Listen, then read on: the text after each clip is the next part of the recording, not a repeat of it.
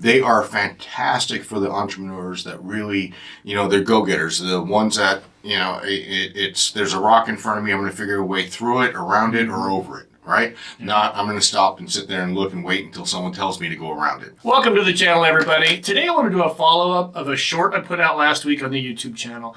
And it got a lot of comments. I really wanted to break it down because in a short I couldn't really break it down. And it was regarding what you should look for when you're interviewing with a commercial brokerage company. And so I asked George Pino, he's the CEO of Commercial Brokers International in Los Angeles, to really come in and walk us through the steps that you should be looking for and what type of brokerage you might want to look for. So, George, thank you for coming in today. Yep, thanks for having me. And, I actually remember that short. And, that actually brought up a lot of questions for me as well. I think that you were discussing the three different not asset types, but brokerage types. Mm-hmm. So you have the very large international firms, kind of like the big multinational, the big three. Then you have the larger regional type firms that may have 5 or 6 offices in a regional area, but not quite on a national level, or even multi-states, but like Western region. And then you have the local boutique, for lack of a better word, brokerage firms that are typically less than 10, 15 agents. Right. Exactly. So each one of those has its benefits and negatives, especially if you're starting out in your real estate career, and even if you're kind of going down the path a little bit more and you're realizing that this is, where your initial choice wasn't the right one. So let's kind of go over that. You have the big three, the very large firms that are out there. They, of course, tend to be a lot more corporately structured. Mm-hmm. And they're fantastic and great for education, to learn the business and really start working in it. But it's very much it's very structured approach to that learning, and it can take 5-10 years. So it's perfect for the type of person that really kind of needs that hand-holding. Mm-hmm. Needs to kind of almost be told what to do or shown. Well, you'd be part of a team. Very much more so. And you're typically part of a team. Mm-hmm. Bear in mind, however, because they are larger companies that are also much more corporate structured, they have a lot more expenses than most other companies. So therefore, the percentages that they give to the agents, the sales agents, the commissions are typically lower. Right. And a lot of times they're just a flat 50%. That's all you get. But it allows you to do deals around the country, too. It also allows you to do deals around the country. They have a good network around that, but also it allows the agent to focus on just being an agent as opposed to an analyst or a marketing person to put it all together. They have all that support team that's in there. Mm-hmm. Now, that being said, I do believe agents should know how to analyze properties, because I think if you're going to be a good agent, most people don't want a salesperson representing them. They want an agent that can actually guide them. Knows the market. And knows the market. Mm-hmm. So that's where that comes in. Now, the regional firms are, again... Well, wait, I want to go on back to one of the big ones. Is you're going to have an asset class, and that's all you're going to focus on. Absolutely. Actually, that's a great point to bring up. A lot of the... I don't want to say a lot, actually, all of the big firms, they're going to really ask you what type of asset class do you want to do. Focus on one asset class. And you're going to focus on that. And a lot of times, they won't even allow you to work outside that asset class. You have to refer that. So really going into it, you have to really have an understanding of where my business is going to come from. Mm-hmm. I mean, I had an agent once that actually was at our company. Yep. They went to one of the large national firms, and initially he thought, I want to do multifamily. Yeah. And he came in to that company. He had a lead that was for an office building, and they said, no, you have to actually refer that to an office agent. Yeah. So he referred it to them. He got very little on the commission. Mm-hmm. He came back to us, asked if he can come back on board. And I said, absolutely. We never had any issues. And, now that you've tasted the other side, you know how good we have it here. So just a little. But it is great for structure. That's one thing, and great for education. Because you're going to learn from your team. Great for education, great for structure. Really nice to be able to have kind of that built-in person above you, but you're also going to be sharing that commission. So, it comes at a cost. Yeah. Okay. Regional. Regional firms are good. The concern that you might want to have with them is that, they're a blend of the boutique versus the large nationals. Regionals, and this can be a regional firm. Like I said, there's a company out here that originally they specialize in industrial. They started off in the Pacific Northwest. They've been pushing out through California and actually is trying to push out through the rest of the country right now. They're growing and they want to be a national firm. They have a pretty good network. Now they're set up very similar, but they tend to be a little bit more entrepreneurial when it comes to commissions. So regional firms will offer a little bit better commission structure than your typical large corporate national firms or international firms. In addition to that, though, you're still going to have some corporate structure because the regional firms with multiple offices, they could also tie the hands. A lot of these companies don't like the agents to actually brand themselves, market themselves, because they're worried that that agent might take off on them, once they make their own name, because they no longer need the company. Yep. Also, I think a regional firm is when agents start realizing that the value to any commercial brokerage company is the agent, not the company. Right. Which a lot of the other companies, especially the large corporate type structures, they really push that heavily onto the agents that the main reason you're getting business, the reason why you're successful is because the company and the name behind that company. Yep. That's not necessarily the case. Right. And that's been shown over and over again.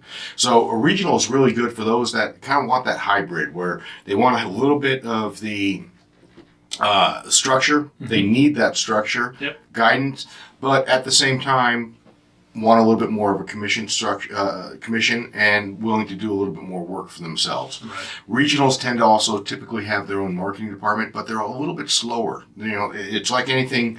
And one of the examples I like to use a little bit, going back is, the large companies are kind of like battleships, very effective, very strong. And they do a great job, right? Yeah. But very slow to turn and navigate through the waters. And in some areas, they can't go through. They can't go up the rivers. They can't go up, which is why you have destroyers and why you have PT boats, right? So those are very, they can navigate around times, whether it's bad times, whether it's about different types of assets that maybe the large firm doesn't want to handle, things like that. That you have to be concerned because if you're in a corporate structure and you're dealing with businesses that are perhaps on the edge. Like I know for a long time when cannabis was emerging, every single large international company would tell their agents they could not work in cannabis. Right. Yeah, I remember that. Even though it was legal in the state. And our phone rang off the wall. Our phone was ringing off the wall. Absolutely crazy. So those are the benefits there. The nice part about a regional and the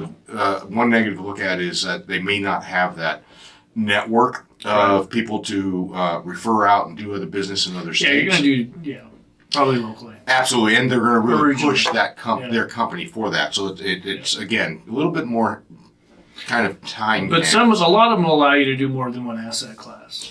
Absolutely. A lot of them will allow you to do more asset class, and I think that's really important when it comes to any commercial real estate agent because, the bottom line is commercial real estate is cyclical. It's going to go up, it's going to go down, but a lot of times one asset class, when it's down, another's up. Industrial's been on fire, office is dead right now.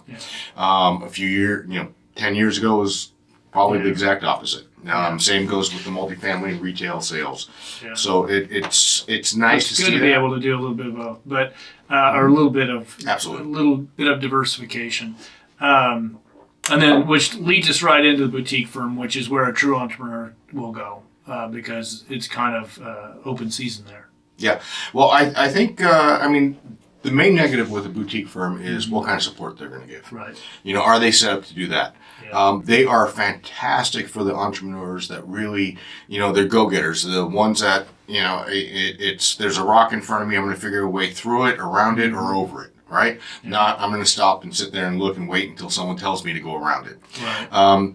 It's great for that, but you also want to weigh that with who's running the company. Do they have the experience to help guide you when certain things, when the waters get rough, so to speak? Yeah. Also, are they able to transact nationally? Do they have that network in place that they can go out and bring in clients? Well, that's a good point because you want to make sure, and obviously the big firms are going to have it, but the regional and the boutique firms, you want to make sure they have an affiliate network that they belong to. And that way you can do deals outside of your market. Absolutely. And for instance, for Commercial Brokers International, what we did was we actually affiliated. We have a company that is licensed in all 50 states, Right. that can act as the broker of record for that, for a nominal fee. Yeah. And so we have the ability. In fact, I think myself, we've within the company, we've probably sold in 40 different states. Yeah. And so we're getting there. Not quite all 50. Get that color coded map out, but Yeah. But I do want to really everybody to think about it. If you have an asset class, you really do want to focus on it. So let's say if you're doing retail sales, you want to be the best in the market, no matter whatever company you go to. But we always tell our agents to be able to do an investment sale, know how to do the contract, know how to do, to handle that deal. And if not, then make sure you just refer it out. But I think that's probably the biggest plus for a boutique firm. Absolutely. And also, understand what their asset classes that they do work in, because a lot of boutique firms only do one asset class. They specialize in it, which is perfectly fine. Also understand that if you're going to go and you want to be a capital markets person, you're not going to go to a boutique. You're probably not going to go to a regional. Yeah. Capital markets, which only makes up less than 1% of all the commercial real estate out there anyways, you're going to go to one of the large international firms, because that's typically who does most of that business. Right. So really it's understanding the market, who's playing in that market, but understanding who you are and what you need. Are you going to get the support, whether it's through the marketing, whether it's through the training, whether it's through mentoring and mentoring too. Absolutely. And that's how you want to see. How do they work that? Yeah, and the boutique firm and the regional firm, you want to make sure they offer mentoring and training, because now the big firms will. Absolutely. The regionals and the boutique firms, you got to really check out and see what kind of training and mentoring that they have. And because if you really need to learn the business, you want to make sure they've got a good program. Yeah. But also understand how they do their mentoring and training. Some companies, they'll say you're going to be a junior underneath a senior for the next 2-3 years. Even if you are advanced and you outperform everybody and you do fantastic, they're going to still have you underneath that senior. And you're sharing every single one of your deals with that senior. Which to me is almost a little bit of a broken model, because that senior, if anything, is not on the same page as you to learn as much. Yeah. It's better for them not to train you on everything, Right. because you're going to be underneath them. Yeah. And they're going to get part of your deal Keep every you there. time. Yeah, you'll keep them business. So as long as they don't train you on everything, you don't have that option of going off on your own and becoming your own senior. So understand, here's some specific guidelines. And these are the questions that you need to ask is, how do I get that mentoring? Who's, what type of commission share is it going to be? How long is it? Is there a specific time frame? Or deals? How many deals? Those are the questions you want to ask any company. Yeah. Oh, well, what are the expenses too? Expenses as well. Yeah. So a lot of times the large firms typically don't have expenses unless that's their business model. Meaning there is, you have, the two top ones, Keller Williams and Remax. It's a model where it's a very high commission, or appears to be a very high commission, but there's fees for everything from a phone line to an office to paper use. Right. They charge you for everything. Yeah. So it actually works out potentially lower, depending on. So make sure you ask about what the fee structure looks like as well. Well, George, thank you very much for this. If you folks have any questions, put it in the comments down below. We will get back to you and get your questions answered. So, George, thank you very much. Thank you. As always, great information. And for those of you watching, make sure you give us a like. And if you haven't done so, make sure you subscribe.